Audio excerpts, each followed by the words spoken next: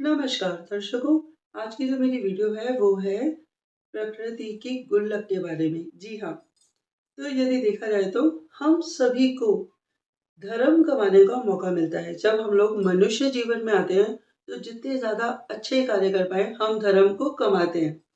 तो कहने का अर्थ ये है कि हम लोग सब कुछ ना कुछ अच्छे कार्य करें, प्रकृति की गुल्लक को भरते रहें और वो कैसे भरनी है, आइए मैं आपको बताती हूँ। जैसे कि जो प्रकृति है वो हमें हमेशा देती है। प्रकृति जो है उसका नाम क्या है? किसी की कृति है वो, प्रकृति, है ना? तो यानी कि अब जैसे एक शब्द आता है प्रकाश, प्रकाश, किसी का आकाश, जैसे आकाश में हर वक़्त रोशनी रहती है, तो वो ही प्रकाश, ठीक है? और बात क्या करी थी मैं? प्रकृति की। और यहाँ पे जो मेरा जो टॉपिक है वो है प्रकृति की गुल्लक। जी हाँ। तो हम सबको क्या करना है? प्रकृति की गुल्लक को भरना है। पुराने ज़माने में जगह-जगह पर कुएँ होते थे, नदी, तालाब, है ना? तो कहने का अर्थ ये है कि अब जो कहीं पे भी लेक नहीं है, पॉन्ड नहीं है और जो प्रकृति है वह धीरे-धीरे करके सूखती जा रही है। और आप अभी देखिए कि ये मार्च चल रहा है पर इतनी गर्मी हो चुकी है और सूर्य देवता तो बहुत ज़्यादा मेहरबान है। तो कहने का अर्थ है कि आज सुबह की ही बात है और आप कहेंगे कि सुबह की ही बात होती है हमेशा जब भी ये बात करती हूँ क्योंकि सुबह ही मैं बाहर निकलती हूँ प्रकृति को जल देने के लिए। तो आज भी ऐसा ही हुआ कि जब मैं बाहर निकली थी यानी कि मेरे पास 1 बाल्टी पानी था और बस 1 ही बाल्टी पानी ले जाती हूँ और थोड़ा बहुत चारा जो रसोई से निकलता है वो ले जाती हूँ और या फिर अपनी तरफ से कुछ स्पेशल जो चारा है जैसे कि पालक हो गई या कुछ हो गया और श्वानों के लिए बिस्किट्स हो गए, जिसे आप डॉग्स बोलते हैं उनके लिए बिस्किट्स हो गए और मतलब जितनी भी प्रकृति है उसको कोशिश करती हूँ देने की और ऐसे बहुत सारे लोग हैं जो प्रकृति की गुल्लक को भरने में लगे हुए हैं, ठीक है?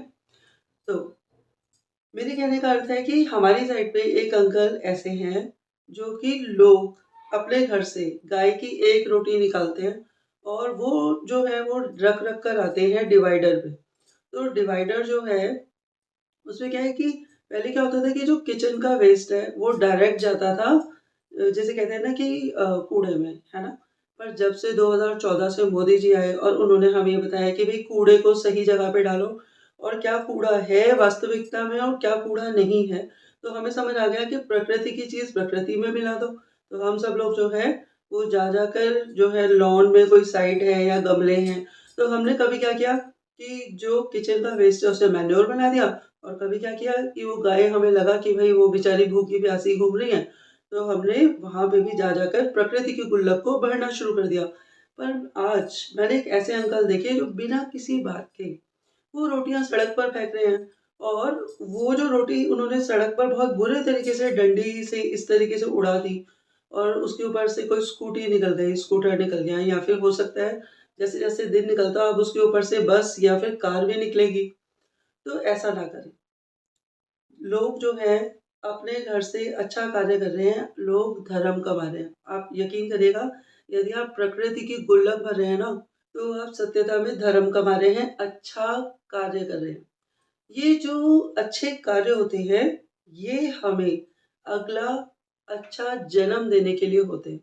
यानी कि जो हमारी आत्मा होती है, वो 84 लाख में जब भटकती है, तो आपने मनुष्य जीवन में जितने अच्छे कर्म किए होंगे, वो आपको उतना ऊपर पहुँचा देगी। मतलब कि वो आपको हमेशा मनुष्य जीवन में, मनुष्य के शरीर में ही रखेगी। तो हमें क्या करना है? धर्म कमाना है, अच्छा कार्य करना है। कभी यदि कोई जीव-जंतु, पशु-पक्षी को कुछ खिला-पिला रहा हो, अगर आप दे नहीं सकते, तो कृपया करके दूसरे की रखी हुई रोटी या दूसरे का रखा हुआ चारा ज़मीन पे ना फेंकें, दूसरे का रखा हुआ पानी। देखिए मैं भी जब-जब देखती हूँ ना कि पानी वहाँ पे नहीं होता, तो 2 बार चले जाते हैं, क्या फ़र्क पड़ेगा? भई अगर हमारी देखा-देखी और लोग भी अच्छा कार्य कर रहे हैं, तो करने दीजिए ना। प्रकृति की गुल्लक भरने दीजिए ना। आप क्यों किसी मतलब आपका कोई मतलब नहीं है कि आप पानी फेंक रहे हैं, आप जो है रोटियाँ फेंक रहे हैं। आप ऐसा ना करें। जहाँ तक सवाल है, जो श्वान है यानी कि जो डॉग्स हैं, जो कैट्स हैं, जो पशु-पक्षी हैं या फिर जो गाय मतलब पशुओं में जो गाय है, अगर वो सड़क पर है तो आपको कोई हक नहीं है उनको जो है वो डंडा मार के हटाने का या वहाँ से हटाने का, क्योंकि जिस तरीके से सड़क आपकी है, सड़क उनकी भी। समझ में आ गया? उन्हें भी भगवान ने ही इस प्रकृति में पैदा किया है, यानी इस धरती पे पैदा किया है और उनको भी उतना ही हक है। तो मैं आपको बता रही थी कि जब आप अच्छे कार्य करेंगे, प्रकृति की गुल्लक को भरेंगे और आप जितना ज़्यादा दान करेंगे, उतना ज़्यादा आपके अंदर धर्म जागृत होगा और उतना ही ज़्यादा जो आपका मन है वो पवित्र होगा। और आप जितना ज़्यादा बुरा करेंगे, जैसे कि उन अंकल ने किया कि एक डंडी लिया और रोटी को ज़ोर से फेंका, तो क्या हुआ कि वो जो उनका गुस्सा था ना, उसने अन्न का भी अपमान कर दिया, ठीक है? और उन अंकल ने जब मैंने जो पानी भरा था उसको भी फेंका, तो जल का भी अपमान कर दिया। तो मैं एक बात कर रही हूँ कि आप जल का अपमान कर रहे हैं, आप रोटी का अपमान कर रहे हैं, आप प्रकृति का अपमान कर रहे हैं, तो आपको लग रहा है कि वो मतलब ऐसे लोगों को नसीब होगी? मतलब श्री हरि मुझे क्षमा करें। कृपया करके आइए हम सभी लोग प्रकृति की गुल्लक भरे, हम ये समझे कि जिस प्रकार से हमें भूख प्यास लगती है ना, ये जीव जंतु पशु पक्षी, अरे पेड़ पौधे, सभी को प्यास लगती है, सभी को जो है वो कुछ ना कुछ खाने के लिए खाद चाहिए, पानी चाहिए। तो आप जो अच्छा प्रकृति को देंगे, वही प्रकृति आपको लौटाएगी। तो अगर आपको अच्छा कार्य करना है ना, तो उठिए, आइए अच्छे कार्य करिए और प्रकृति की गुल्लक को भरिए। तो वो जो अंकल मतलब कि रोटी को फेंक रहे थे, तो मैंने उनको बस टोका, मैंने कहा अंकल ऐसा मत करो, आप गलत कर रहे हो। पर पता है क्या होता है कि ऐसे लोग जो जिनकी आत्मा थोड़ी दुष्ट हो जाती है, जिनका स्वभाव थोड़ा खराब होता है, उन्हें समझ में कम आता है। तो मुझे लगता है कि ऐसे लोगों को सही करने से अच्छा है कि अपना कार्य अच्छा करते चलो, है ना? तो मुझे लगता है कि आपको आज का वीडियो पसंद आया होगा, और यदि आपको आज का वीडियो पसंद आया हो तो आप भी प्रकृति की गुल्लक को भरिए। यदि आपके आसपास कुछ पेड़ पौधे हैं तो उन्हें जल दीजिए, और यदि आपसे हो सके तो चिड़ियाओं के लिए, पशु पक्षियों के लिए कुछ पानी रख सकते हैं, कुछ खाने का चारा रख सकते हैं। ये जो प्रकृति है वो आपको आशीर्वाद देगी, आप धर्म कमाएंगे।